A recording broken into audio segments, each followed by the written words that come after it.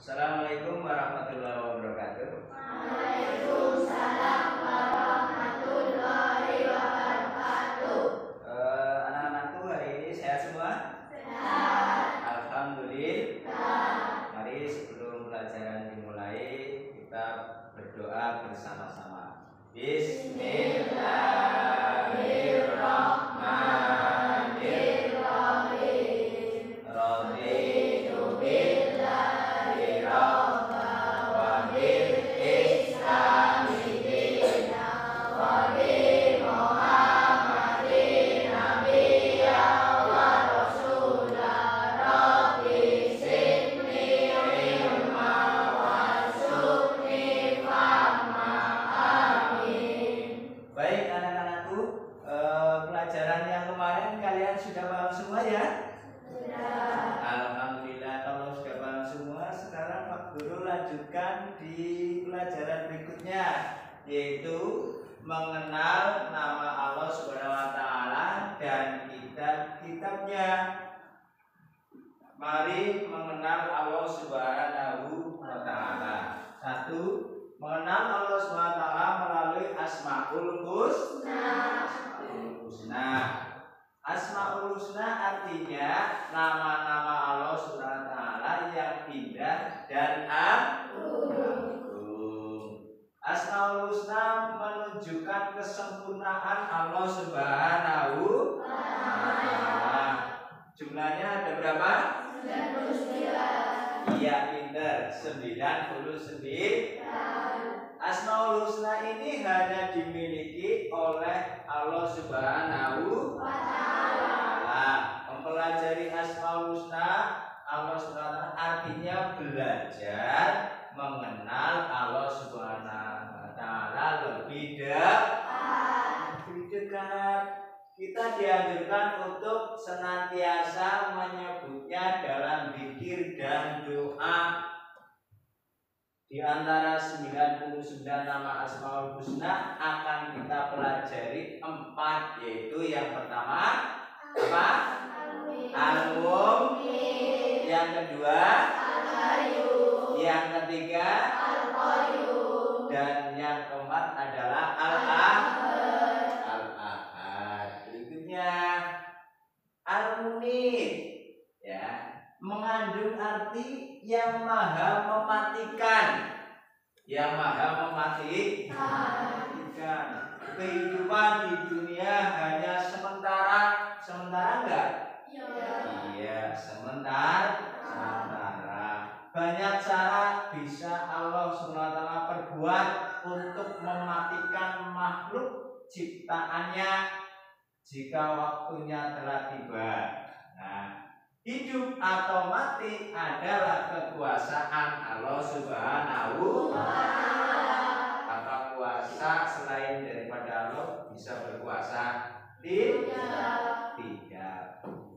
Contoh, banyak orang yang mengalami sakit berat, tapi Allah Subhanahu wa taala masih berkehendak memberikan kesempatan untuk hidup. Kelihatannya sakit berat, ada stroke, ada gula darah, ada darah tinggi, akan tetapi Allah punya kuasa. Kalau belum dimatikan oleh Allah Subhanahu wa taala maka tetap hidup. Sebaliknya, orang tidak sakit tiba-tiba saja meninggal dunia.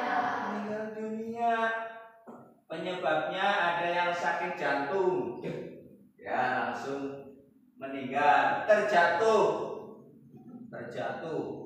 kecelakaan, tenggelam, tertembak dan sebagainya.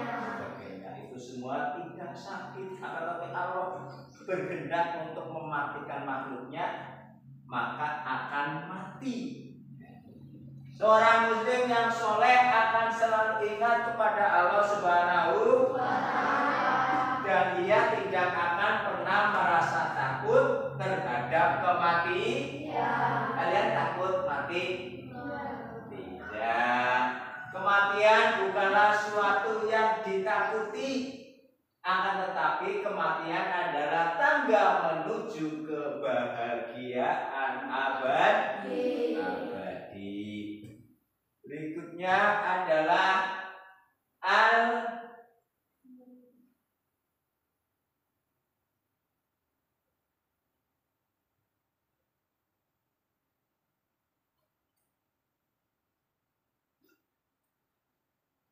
al-hayyu, ya. Berikutnya adalah al-hayyu. Nih, tuh. Al-hayyu, ya. Al-hayyu mengandung arti bahwa Allah SWT hidup kekal selamanya dan yang memberi hidup makhluknya. Allah SWT maha hidup yang akan terus mengawasi setiap makhluk ciptaan. Allah SWT menciptakan alam dan seluruh isinya. Allah SWT telah memberikan nafas kehidupan serta anugerah dan karunia yang tidak terhitung banyaknya.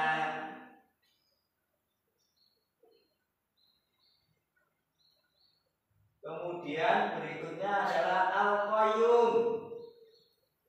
Al-qayyum mengandung arti Allah SWT itu berdiri sendiri untuk selama-lamanya. Allah SWT mengatur segala sesuatu hingga terlaksana secara sempurna dengan mandiri tanpa tergantung kepada siapapun.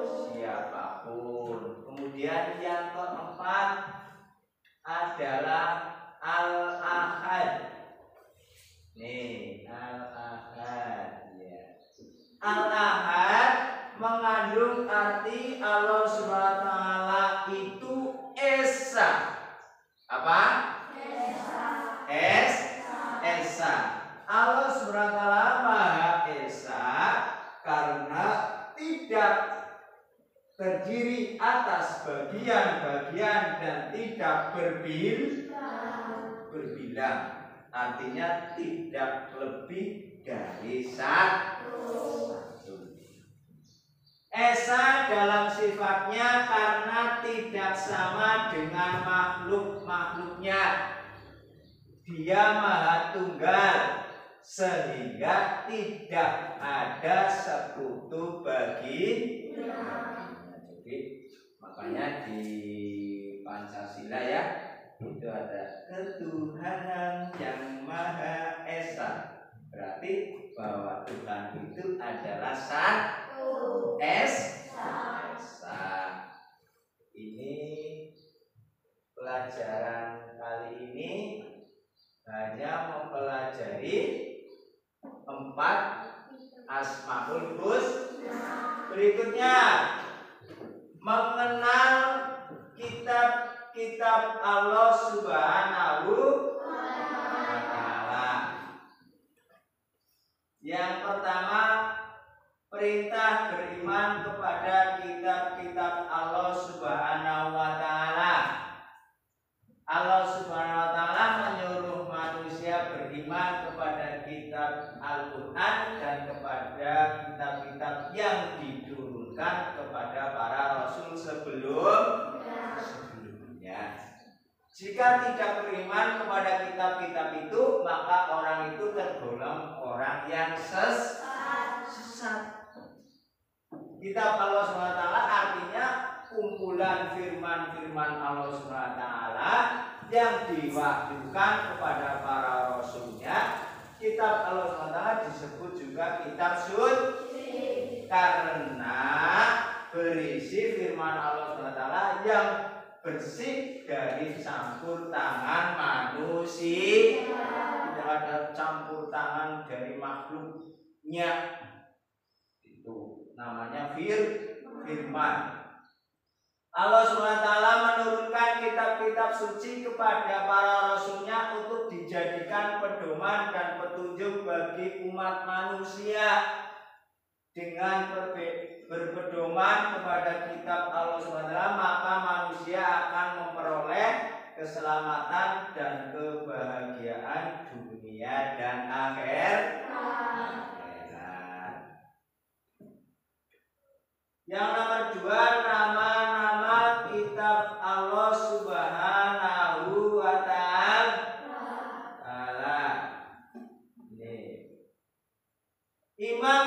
kitab-kitab Allah SWT merupakan rukun iman yang ketiga. Kitab-kitab Allah SWT yang wajib kita imani ada 4, yaitu kitab Taurat, kitab Zabur, kitab Injil, dan kitab Al-Qur'an. Yang pertama kitab Taurat. Kitab suci Allah SWT yang pertama adalah kitab Taurat. Kitab Taurat diturunkan kepada Nabi Musa alaihi salam ketika berada di gunung Tur Sina. Ya, Taurat berasal dari bahasa Ibrani yang berarti syariat atau peraturan.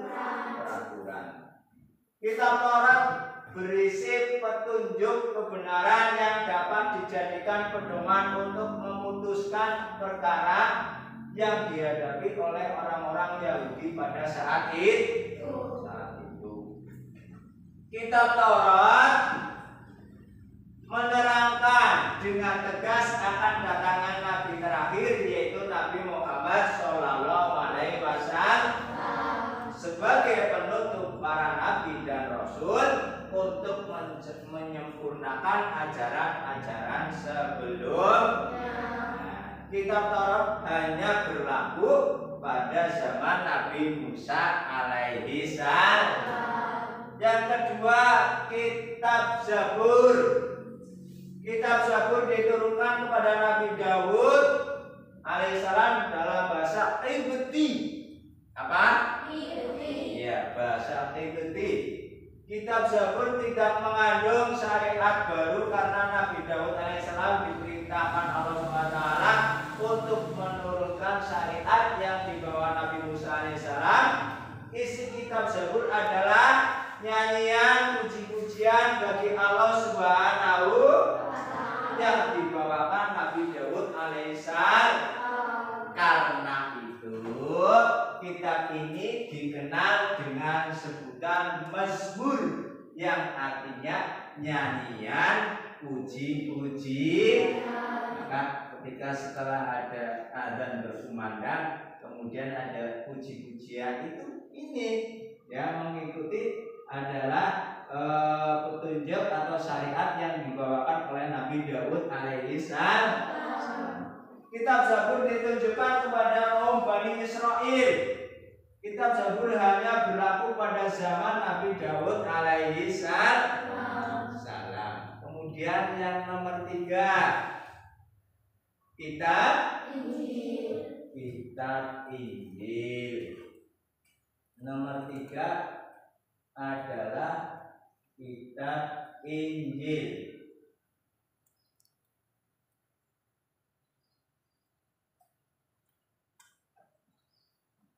Nabi Isa alaihissalam menerima kitab Injil yang berisi firman Allah SWT untuk meluruskan kaum Bani Israel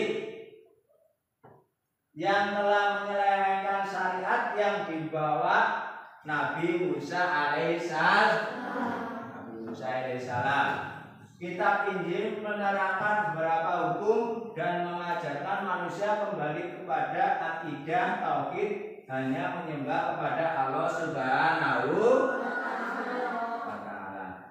Kitab Injil juga menerangkan tentang kedatangan Nabi Muhammad SAW. Kitab ini juga mengikuti kitab Taurat. Kemudian yang terakhir adalah kitab Al-Qur'an. Al-Qur'an merupakan kitab suci Allah SWT yang terakhir dan diturunkan kepada Nabi Muhammad SAW melalui siapa? Malaikat Jibril.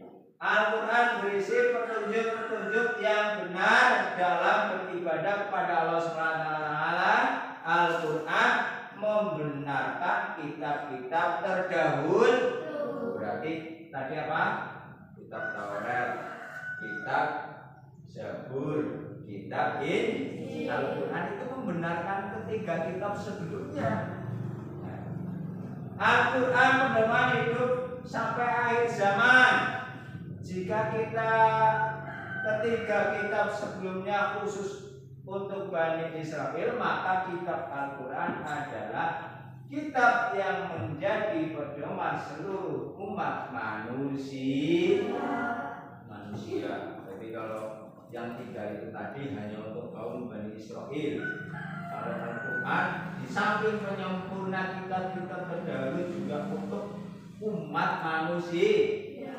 Nah, adapun pokok-pokok isi kandungan Al-Quran, yang pertama menjelaskan tentang keimanan kepada Allah Subhanahu wa Ta'ala, iman, percaya. Yang kedua memuat berbagai ilmu pengetahuan. Di situ ada banyak banget ilmu pengetahuan. Ketiga, ajaran tentang akhlak, yaitu pembentukan budi pekerti yang mulia, sopan santun, anggah ungguh. Yang keempat, ibadah, yaitu cara beribadah kepada Allah Subhanahu wa Ta'ala. Dan yang kelima, menjelaskan tentang hukum, peraturan atau muamalah bagi kehidupan manusia di dunia yang disebut syariat. Kemudian yang keenam, menjelaskan cerita orang-orang terdahulu atau peristiwa yang akan datang yang disebut tarikh Islam. Yang terakhir, memberi kabar baik bagi orang-orang yang taat menjalankan perintah Allah SWT, dan ancaman atau peringatan kepada orang-orang yang ingkar kepada Allah Subhanahu wa Ta'ala. Kabar baik misalnya rajin sholat, puasa, kabar baiknya adalah masuk surga. Yang ingkar, kabar baiknya tidak baiknya adalah sebuah ancaman atau masuk neraka. Berikutnya, perhatikan tabel berikut ini. Nomor, nama kitab suci, nama Rasul penerimanya, bahasa ditunjukkan untuk siapa. Yang pertama, apa itu? Kitab Taurat ditunjukkan kepada Nabi Musa alaihissalam. Bahasanya memakai bahasa Ibrani, ditunjukkan untuk Bani Israel. Yang kedua, kitab apa? Diturunkan kepada Nabi Daud alaihissalam dengan bahasa Kipti, ditunjukkan untuk Bani Israel. Yang ketiga, kitab Injil, diturunkan kepada Nabi Isa alaihissalam berbahasa Suryani atau Ibrani, ditunjukkan kepada Bani Israel. Dan yang terakhir adalah kitab diturunkan kepada Nabi Muhammad SAW dengan memakai bahasa Arab, ditunjukkan untuk seluruh umat. Nah, ini tabel berikutnya. Perhatikan tabel berikutnya. Nama lain kitab suci Al-Quran. Yang pertama Alkitab, artinya kitab. Yang kedua Al-Furqan, artinya pembeda. Yang ketiga Az-Zikr, ya, peringatan. Yang keempat Al-Huda, artinya petunjuk. Yang kelima An-Nur, artinya cahaya. Yang keenam Al-Bayyinah, artinya keterangan. Yang ketujuh At-Tanzil, artinya yang diturunkan. Yang terakhir 8 Al-Karim, yang mulia.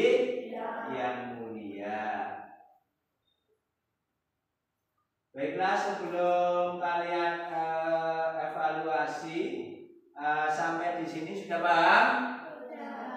Ada pertanyaan? Tidak ada?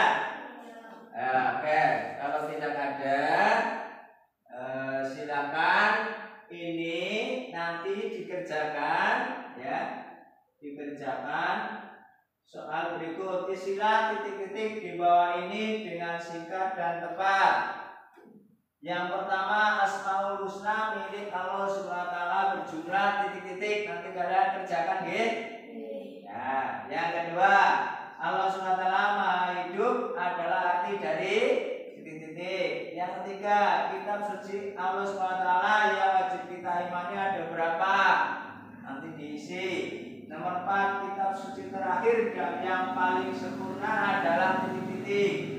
Yang kelima, Al-Quran disebut juga Al-Furqan, yang berarti apa? Itu semua tadi Pak Guru sudah sampaikan.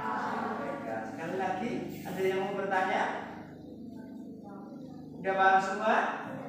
Alhamdulillah. Oleh karena itu, untuk pelajaran kali ini Pak Guru tutup dengan bacaan hamdalah bersama. Alhamdulillahirabbil alamin. Kurang lebihnya mohon maaf. Kalau muwafiq ila aqwamit thoriq, ihdinas siratal mustaqim. Assalamualaikum warahmatullahi wabarakatuh. Waalaikumsalam warahmatullahi